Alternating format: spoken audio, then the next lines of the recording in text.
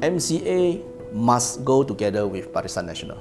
Umno cannot just go ahead without involving MCA and MIC for help. It's very stupid and silly for any political party to say that, oh, I can do it myself without your help. That is, we call it, that pride will bring you to disaster. I believe we are natural born brothers.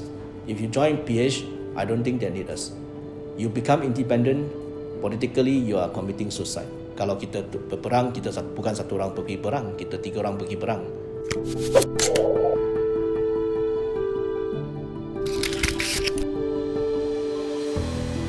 Of course, we have a very clear stand. I believe we are always with Barisan Nasional, and we are components of Barisan Nasional now, and we are always with Barisan Nasionals, and I think for now and also for the future, I believe, for the coming future, especially when we want to face the GE15 elections. Sometimes it's not easy to say that today I book up my door and let people come in, people will automatically join. It's very competitive. You have the PKR, you have Bersatu, you have so many parties. So it is very hard actually for component parties, like being component parties, to open their door and say, today I'm transforming myself to a multiracial party. Any politician would tell you that, I hope all races will support me. I'm wakil rakyat for semua kaum, okay, untuk rakyat Malaysia. So I would say that it takes time for BN components to actually mature. I speak from a very grassroots, because I'm not, as I said, I'm not even somewhere up there. I believe every MCA members, every divisions, what they should immediately address the problem now is that they have to create a harmonizations among especially the Barisan Nasional's component parties. Some of the divisions, they have problems like, even talking to their Umno counterpart or MIC counterpart, and you think that by giving them some goodies at the last minute will buy them off? No, this is not the way. Because kalau you bagi apa goodies pada saya, I just take only. I will just laugh and take only, okay? But whether they are sincere to help you to achieve your goal or to win the elections will be a next issues. The prospect candidates must have a very good PR. Not to PR the rakyat first, to our team, or you say to settle your own internal team first. You cannot just rely on the team from MCA saja, because the MCA team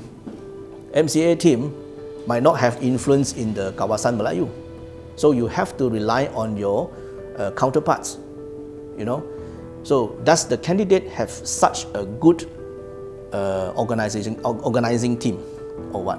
Of course, the division leaders must help the candidates, because the divisions, kalau tu ketua bahagian you hantar satu orang pergi sana, dia tak ada ngam sama dia, of course, the bahagian will do other things Okay you do your things, I do my things.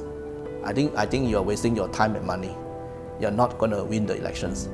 You're just sending someone there for the sake of sending someone there. And this is very unfair for MCA, because you could have sent someone who has the higher chances of winning. The present political situation doesn't allow parachutes, You send somebody from tak tahu mana pergi ke kawasan A, of course the leadership in A, the grassroots in A, who has been working so hard there for many years, they will rebel. When they rebel, everything will fall apart. So young people nowadays, they want shortcuts. They want to rise to power, but with very minimum of hard work and contributions. This is something very unhealthy, because our leaders, they're not very courteous sometimes. They macam take it for granted and they never appreciate the hard work of the grassroots people.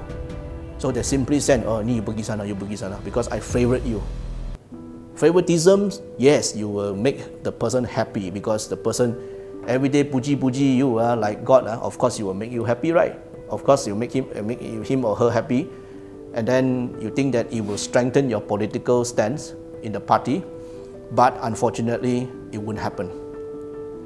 Kalau sending someone without any track records, you parachuting someone without any track records to a kawasan, you will actually sacrifice not only the person, you will sacrifice the whole divisions, you will sacrifice the whole MCA parties, at the end.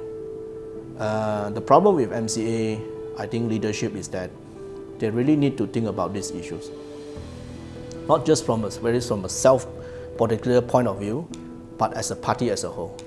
Whether the leaders, they want the party to rise again, or they just want them to stay there forever as leaders, that is entirely up to him to decide, because he's we call it the core of the whole party.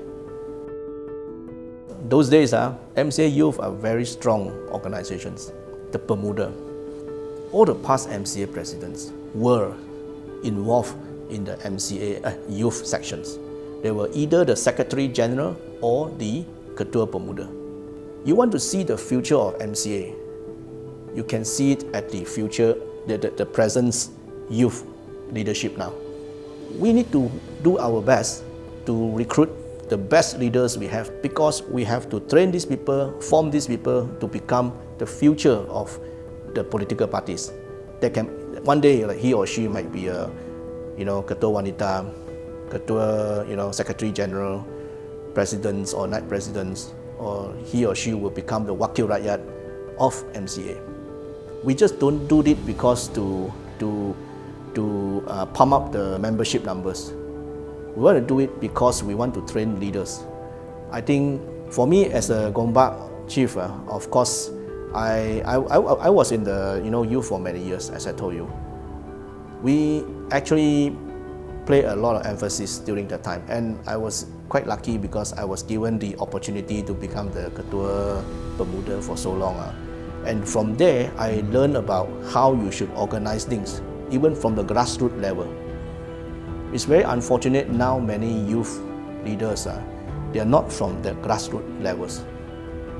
So they have lost touch with the grassroots people.